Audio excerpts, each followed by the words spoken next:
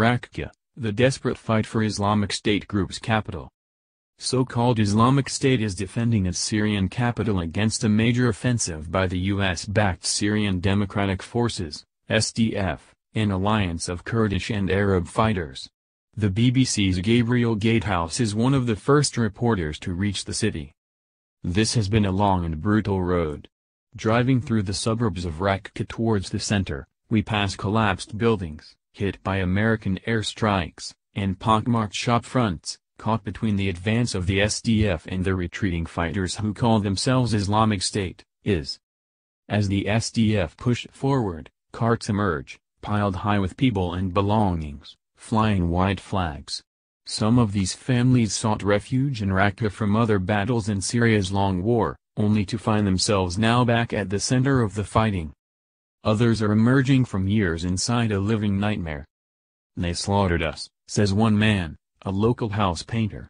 "They told us we were unbelievers, even though we are Muslims from birth, fasting and praying." There are still tens of thousands of people inside Raqqa, hostages to a regime that has been killing anyone who tries to leave. "We pray that God will have revenge against Islamic State," a woman says, clutching a small child. "Everything that's happened to us is because of them." The SDF made rapid advances through the outskirts of the city earlier this month, their progress eased by U.S. airstrikes and artillery. That bombardment continues. Every so often the dull thud of a falling shell is followed by a cloud of dust over the center of the city. But now that SDF forces have reached the edge of the old city, the advance has slowed. IS fighters are hemmed in inside these narrow streets.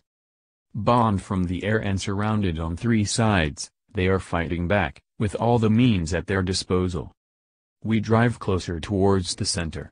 A sound overhead signals the presence of an IS drone, a small, remote-controlled helicopter that can drop a hand grenade, unseen, from the sky. On the top floor of a building overlooking the old city, a group of SDF fighters suddenly comes under fire. "Sniper, sniper!" someone shouts.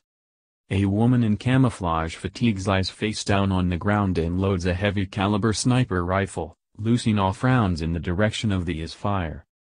Among the Kurds, men and women fight alongside one another. The sniper's name is Delilah. She is 22 years old, and was studying to become a nurse.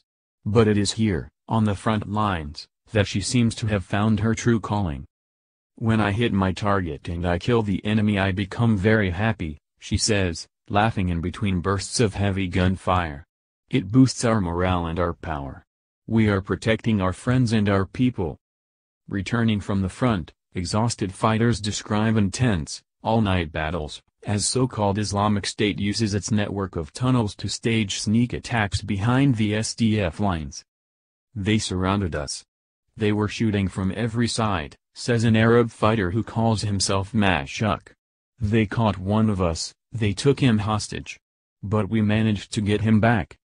Drones, tunnels, suicide bombs, snipers, even in war, IS has weaponized fear. It has done this perhaps more successfully than any other group. The battle for Raqqa will be a long, hard fight. If IS loses its capital, it will surely mean the eventual end of the caliphate. But then what?